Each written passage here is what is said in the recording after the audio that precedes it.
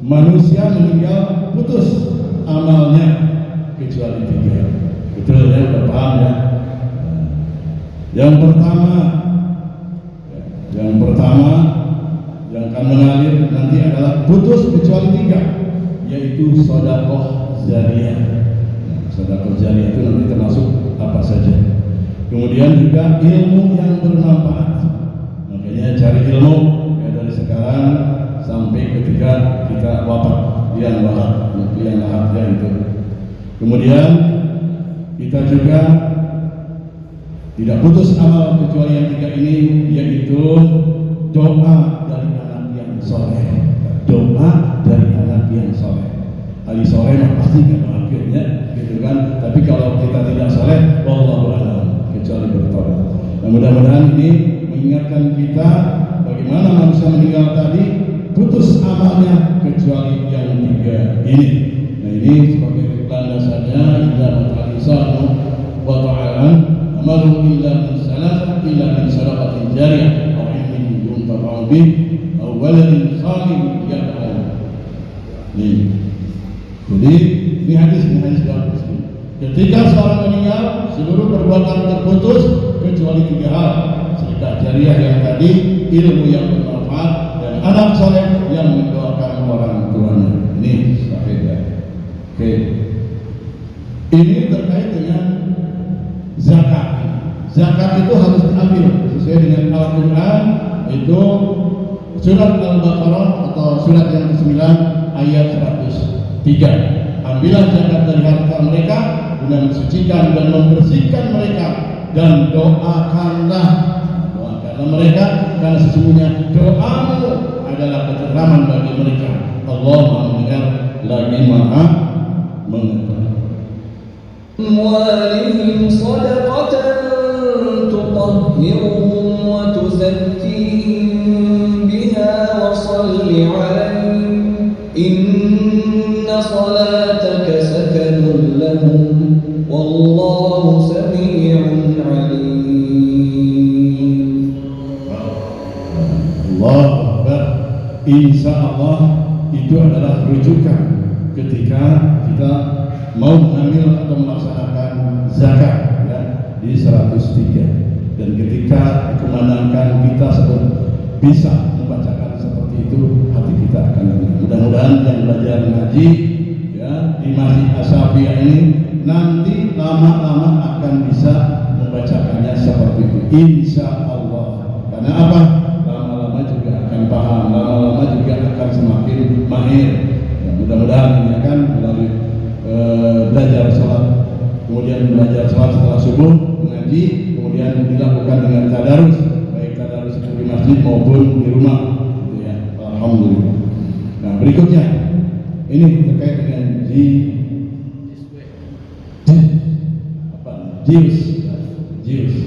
Nah, kita kenal terkait dengan zakat, tapi ada kalanya lupa zakatnya naon. Saya yang mengingatkannya ya, khususnya diri sendiri. Yang kedua terkait dengan infak. Apa beda zakat dengan infak? Harus paham juga. Nah, kemudian sedekah. Apakah sama infak dan sedekah? Ini mirip-mirip semua ini ya. Karena apa? Menjalankan harta kita di jalan Allah. Dan yang terakhir adalah wakaf. Apakah sama wakaf dengan zakat, infak, sedekah? Tentunya berbeda. Cuman kita biasanya masyarakat umum itu salah.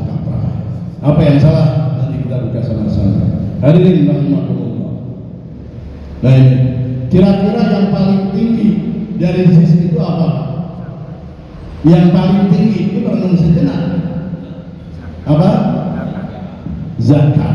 Kita lihat, ya. Benar nggak zakat pada ya. Kita buka. Yang paling tinggi levelnya di antara jius itu adalah zakat. Benar Pak Dokter? Kenapa? Itu kita harus tahu. Kenapa zakat yang paling tinggi? Nah, karena zakat itu wajib. Kalau tidak dilakukan berdosa, ya kan? Nah, itu yang namanya zakat. Kemudian nisab harus memenuhi, tanda MUI adalah 85 gram emas. Ya, kenapa emas? Nah, itu kan. Kenapa misalnya itu nggak besi, nggak tembaga, nggak uang? Kenapa? Emas di dunia ini paling stabil, ya, paling stabil. Kemudian yang namanya zakat ini ada penyalurannya, yaitu yang 8 asnaf. Jangan salah, karena Al-Quran tadi sudah mengatur nanti di ayat At-Taubah 60 itu ya, saluran zakat itu kemana. Nah, ini Pak, yang namanya amil jangan sampai salah dan harus paham definisi yang 8 asnaf itu. Nih terkait dengan zakat. Yang kedua apa Pak? Yang kedua apa? Apa yang kedua? Infak. Kita buka. Nah, alhamdulillah, infak. Kenapa infak? Gitu kan bertanya-tanya. Nah, ternyata infak salah satu bentuknya adalah menyumbang karpet. Contoh, menyumbang mic, menyumbang infocus misalnya. Itu dalam bentuk barang. Jadi definisinya infak itu dalam bentuk barang. Betul Pak ya? Kenapa kalau Pak kita nggak tulisan kotak amal sedekah? Tulisannya bentuk kotak infak. Karena uang apa? Benda. Betul ya? Uang itu benda fisik. Makanya kotak amal infak itu yang betul. Ya kan? Kotak amal infak. Nanti kita jelaskan lagi. Yang ketiga adalah baru sedekah. Makanya saya singkat dari awal ZIS JIS ya, sedekah. Apa bedanya infak dan sedekah? Ada yang tahu? Ada yang tahu nggak? Nah, salah satunya bedanya kalau sedekah itu bersifat umum. Contoh, senyum sedekah bukan barang. Kalau senyum itu, ya kan? Kalau senyumka biwali akika sedekah. Senyuman di hadapan saudaramu itu adalah sedekah. Jadi bukan barang. Makanya tidak ada tulisan di kita kan, misalnya infak sedekah. Kenapa? Kalau ditulis infak sedekah, begitu datang saya senyum. Senyum ke kotakku. Senyum. Kenapa? Di sedekah. Nah itu, khawatir kalau dipasang tulisan kotak sedekah nanti ada yang senyum doang, tapi nggak mau masukin uang. Itu ya, paham ya sampai di situ. Alhamdulillah. Jadi sedekah. Sedekah. Kemudian sedekah itu apa? Tenaga.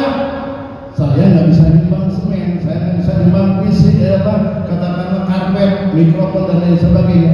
Tapi saya punya tenaga. Luar biasa tenaga digunakan untuk sedekah. Kemudian saya tidak bisa hadir, tapi saya punya pemikiran bahwa untuk membangun masjid ini harus begini, buatkan konsep. Konsep itu kan pemikiran.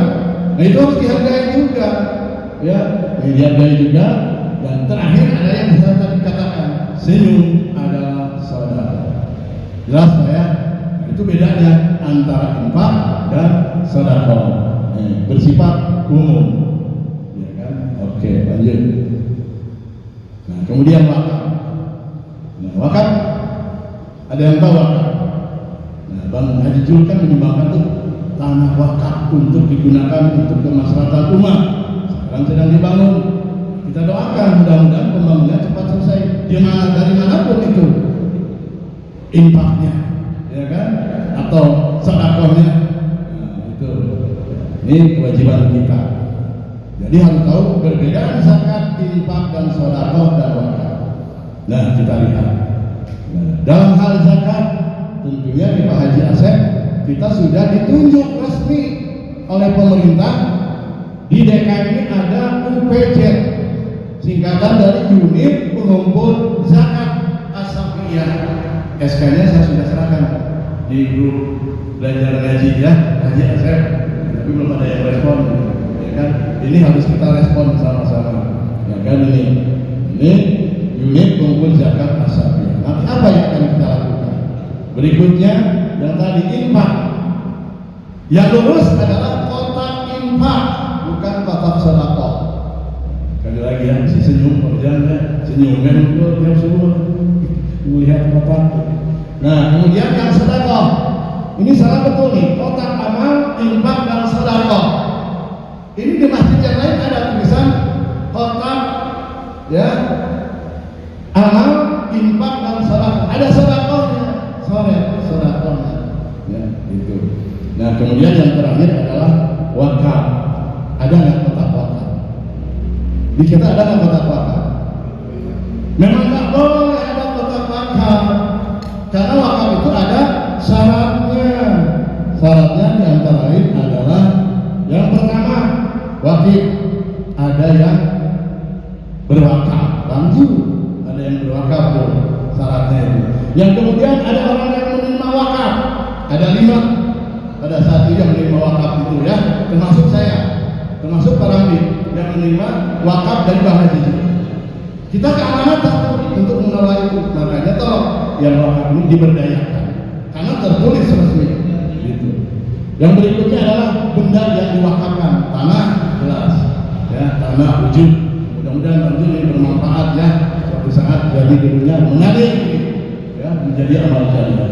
Kemudian ada ijab kabul, ada Bang Haji, ijab kabulnya tertulis ada kan, tertulis juga disahkan oleh KUA kalau nggak salah, oleh KUA. Ini mungkin hadirin rahimakumullah, mudah-mudahan membuka wawasan kita. Oh ternyata zakat, infak, sedekah, wakaf itu berbeda.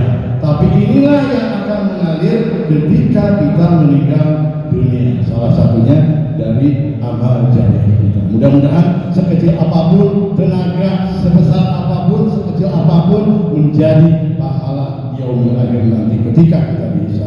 Insya Allah mudah-mudahan kita mendapatkan hisab yang Allah mudahkan. Amin. Berikutnya. إنما الصدقات للفقراء والمساكين والعاملين عليها والمؤلفة قلوبهم وفي الرقاب والغارمين وفي سبيل الله وابن السبيل فريضة من الله والله عليم Allah, nikmat yang kalau kita bisa ngaji itu didengarkan oleh orang akan menambah keimanan kita.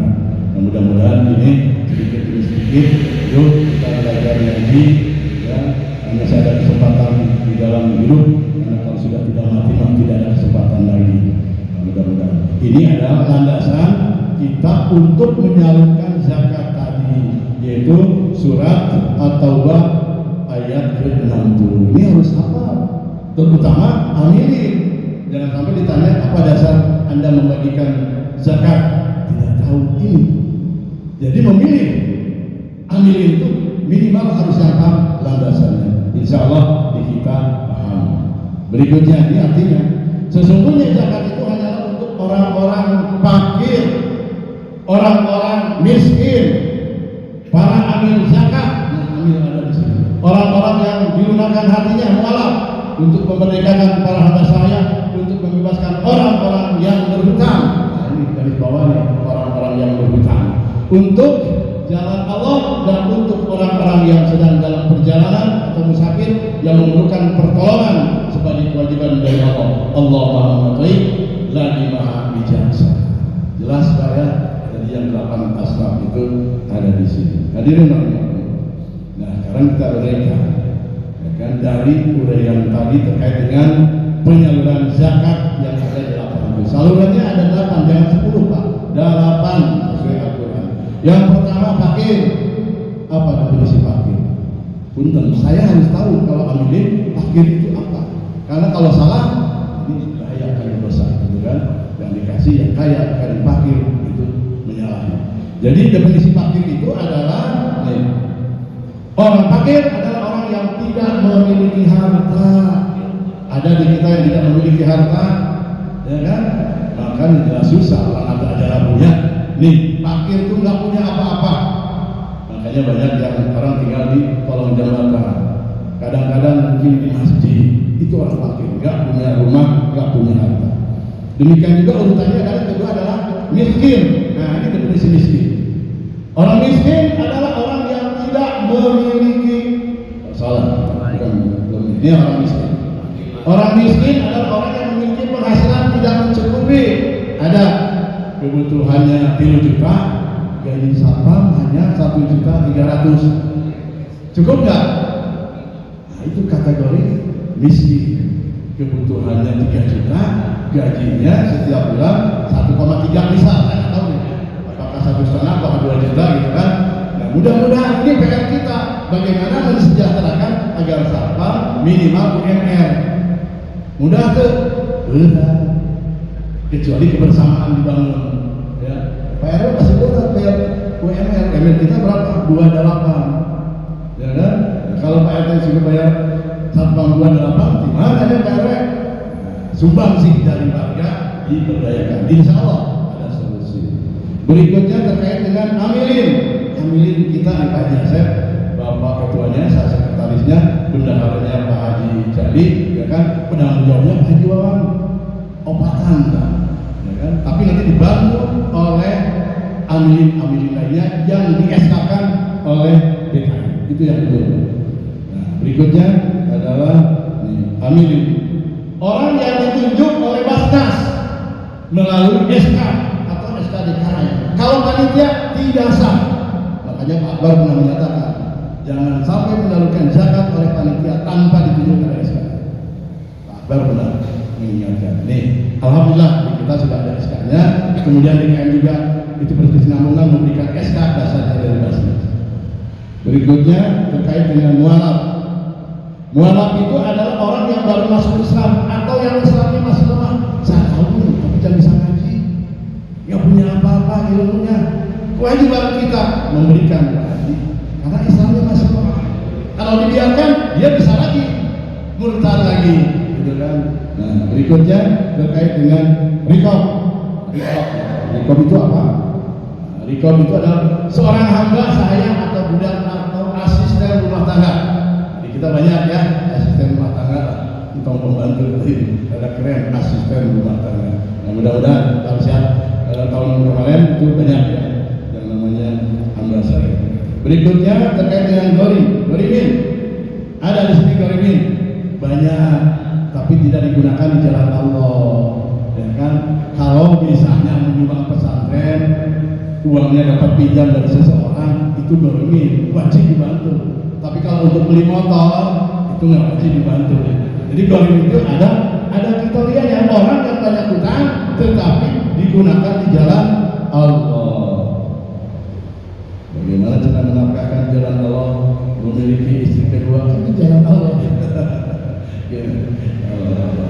Berikutnya, yaitu terkait dengan fisabilillah, orang yang berjuang di jalan Allah, siapa saja.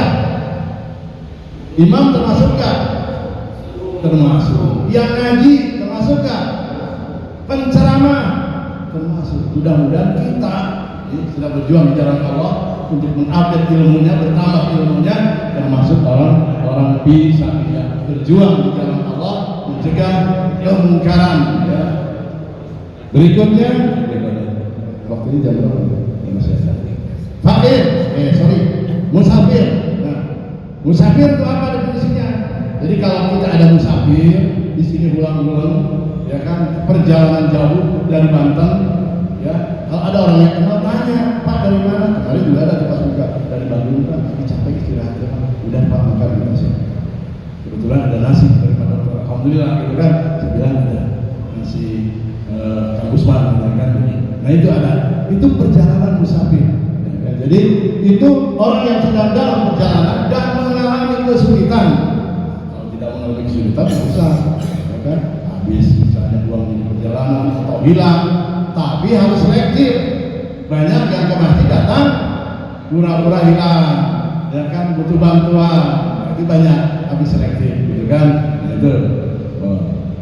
Ini siapa yang memberikannya? Yaitu amilin tadi. Ya kan? Amil itu bukan hanya bulan Ramadan aja, tetapi berkesinambungan. Nanti akan kita jabarkan juga.